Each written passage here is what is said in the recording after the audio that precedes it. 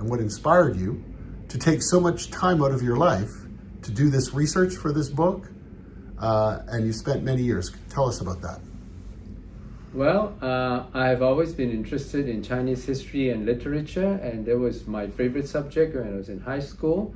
But for economic reasons, I had to do something that is sort of more lucrative. So I did my undergraduate degree in engineering, and then my graduate school work in business administration. Towards the end of my career, I was able to spend more time in reading up on all kinds of Chinese historical material. And just to my surprise, I discovered that what I knew about China-Tibet relationship was all sort of incorrect. It was just an unbelievable collection of lies that were just propagated by the People's Republic of China.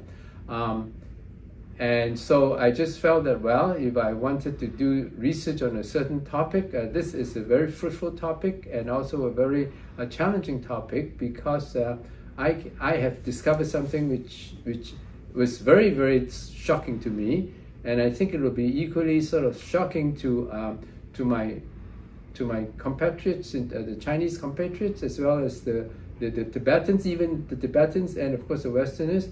If these sort of so-called facts, because I don't believe in sort of knowing the facts, but I believe in what the records saying should be read.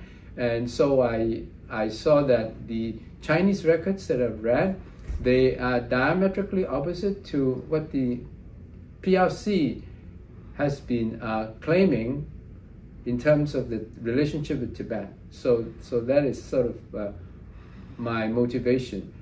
Now, one of the reasons why I think I'm sort of qualified to do this is that the many years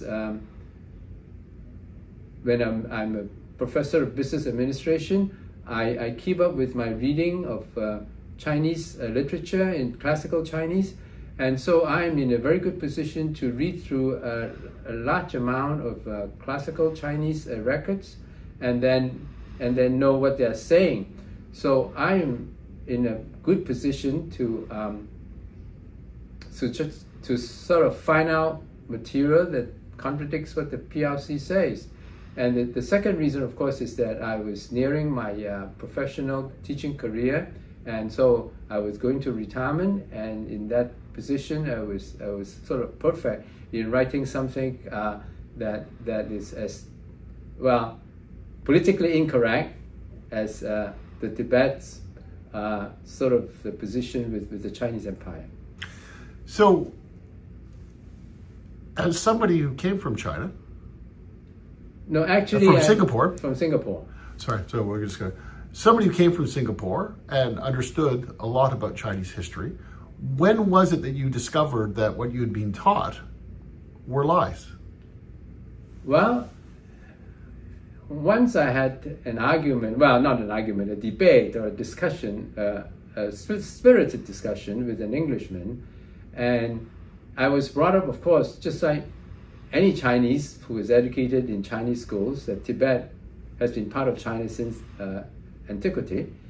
And so I argued with this Englishman, and I was unable to convince him of my side, which is, at that time, Tibet was part of China. So in frustration, I went to check out the Chinese records. And it was to my shock and surprise that, well, it turned out that I was wrong, and that I was being lied to all these years. So I think that was about 20 years ago, okay, when I started discovering, and then I wanted to read more, and the more I read, the more surprised I became, and that was it. I decided to, since after retirement I had the time and I had the resources, so I decided to turn that into practically my full-time job after my my retirement.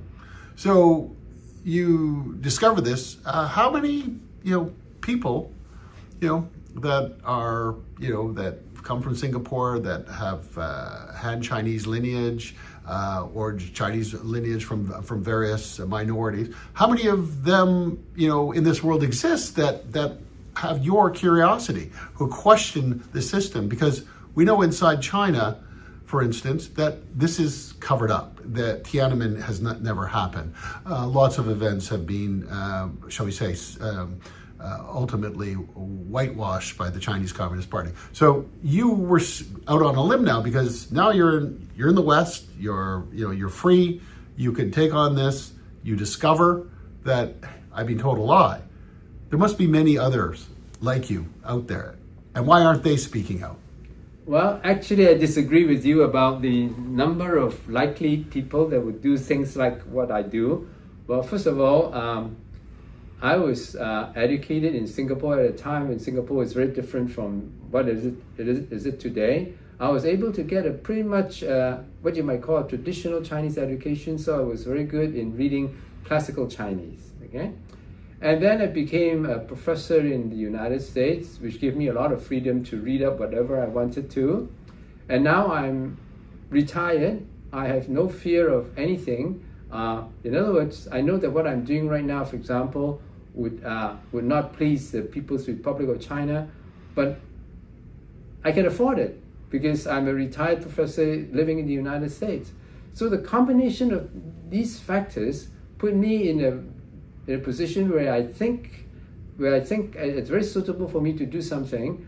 There's another thing that I want to mention, of course, is that I do this without any outside funding. I do it with entirely funding myself. I don't receive any royalties, any remuneration or reimbursement from anybody. I go and give talks about the China-Tibet issue. I pay for my own airfare, I pay for my own hotel bills and whatever. And so this combination of factors would mean that there are really very few people who would be willing and able to do what I'm doing. And it's and the book is a testament to that. And what a lot of people who will read this book and begin to understand it is that you didn't take Western records, you didn't take information that was post 1949. Your research. Tell us a little bit about your research and why you chose the methodology that you did to build this compendium that refutes China's claim to Tibet. Well, that's a very good question. I want to mention something that's important about my book. I use evidential records only if these evidential records satisfy three criteria. The first criteria is that the record must have been authored by a recognized Chinese or Chinese governmental organization before 1949, and that's before the establishment of the PRC. Criteria number two is that then the record must have been reprinted and republished by the PRC after 1949. And then the third criterion is that this record can be verified and checked up, from a good library in Hong Kong or in China, and or it can be verified through a computer database that's operated by a Chinese organization. In other words, I'm using evidence that the PRC cannot possibly refute, because these are the evidential evidence that they themselves recognize as authoritative. So, does that answer your question? Yes, and within that context, the fact that the Chinese Communist Party, the PRC officials, cannot dispute or refute the documentation, because the documentation is there for all to read. Yeah, the important message that I really want to stress is that read my book, but don't believe in a single word I say. Go and check it out yourself. Unfortunately, this might be an empty claim if you cannot read Chinese, but for those particularly directed to the people in the People's Republic of China, my challenge is that you can read Chinese, go to your own records and read it up and check it out. Try to prove that I'm wrong, okay? Please prove that I'm wrong to see if there's any discrepancy, because I have discovered and identified all these discrepancies in the post-1949 publications by PRC on Tibet.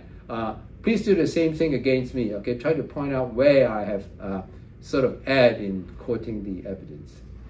Well, that's a direct challenge to some officials and scholars, perhaps in the PRC, that might want to take you on in a debate. Yes. When that debate happens, I'm sure we'll be there together to record it, and it would be a wonderful event to have scholars from China debate you directly on this subject matter.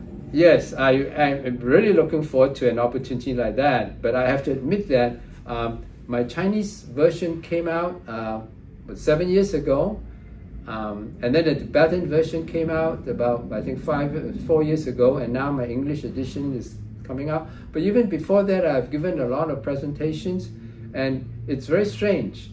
I think in the past, whenever somebody talks about Tibet that are not aligned with the PRC official version, the PRC has reacted very strongly and usually very promptly, and just refute them or condemn them, okay, or contradict them, okay. In my case, I'm sorry and embarrassed to say that the Chinese government has totally ignored my book. And there are two ways of looking at it. One is that my book is so insignificant and so nonsensical that it's not worth the while. The other possibility is that they have no way to refute what I'm showing, okay? So they figured that the best way is to keep the silence. And I'm now believing that the second interpretation is probably the correct interpretation. All I can do is to hope that more people will sort of take a look at the book and then to discover some of the things that they will be very surprised to learn, just like what happened to me 10 or 20 years ago when I first discovered these things from the Chinese official records. I was very surprised, and then just hope that that the PRC or the scholars in PRC would take up my challenge and then show the world that they are right and I'm wrong. I think that the best thing that could happen to a scholar like me is for somebody to prove that I'm wrong. Okay. If I have misunderstood the Chinese position, I, as an ethnic Chinese, would be the first one to like to know. Okay. In other words, I'm saying, please enlighten me. We had the Sikyo at yesterday's event, and he spoke very clearly about the middle way approach by His Holiness, and Tibet still remaining autonomous within China, or trying to get to an autonomous state to preserve their culture, their religion, their language. What do you think that the book gives to Tibetans, as an historical document? Well, as you have pointed out, it's a historical document. It simply proves one thing, and that is contrary to what the People's Republic of China has been insisting. Tibet was never part of China, and China never had sovereignty over Tibet before the conquest of China by China in 1950. That's all I do in the book. As for what should be done with Tibet, I have no opinion, and I'm not qualified to say anything, because does it mean that Tibet should become an independent country, or does it mean that Tibet should become an autonomous region? That is a totally separate issue. It's very subjective. One can actually argue that simply because Tibet was never part of China and was never under the sovereignty of China before 1950 does not mean that China cannot conquer Tibet in 1950. In fact, I think that's the Chinese position. They started out by saying that we didn't conquer Tibet in 1950 because Tibet has always been part of China, okay? But then I think more recently, more Chinese are taking this position, and that so what if we conquered Tibet in 1950? Everybody conquers everybody else. So what's wrong for us? And I have nothing to say. I mean, as an ethnic Chinese, I'm saddened by the attitude of Chinese that think that it's okay to conquer somebody in 1950, but it is a separate issue altogether. Chinese Communist Party has gone to great lengths at this particular juncture in time to claim, shall we say, sovereignty over the succession plan for His Holiness, for the next naming of the Dalai Lama. We know the Panchen Lama was kidnapped and disappeared over 3 decades ago. And here we are in 2026, His Holiness's 90th birthday. How do you think this book can affect the discussion around China's claim to be able to have sovereignty and to name the next Dalai Lama? Okay, the PRC claims that the Chinese governments since the Qing dynasty, in fact, some of them claim even since the Ming dynasty, these Chinese governments, they have a lot of influence and a lot of power over the identification and the appointment of the Dalai Lama. And what I've been able to show in my book is that it is a bunch of lies. Now, what I'm saying may sound like a schoolboy yelling at somebody, but that's the whole idea. We go to these historical records of pre-1949 and just look at the exact wording, and you see that it was nowhere indicated that China had the power to influence the selection or the identification of the reincarnated Dalai Lama. In fact, the documents show very clearly that all the Chinese government had was the right to give a golden urn to the Tibetans, and the finalists, the candidates for the new Dalai Lama, they must be identified by the Tibetans, in fact, specifically by the oracle priests of the Tibetan Buddhism. And then after that, these finalists, the names would be put into the golden urn, which is gifted to the Tibetans by the Chinese emperor, and then draw lots.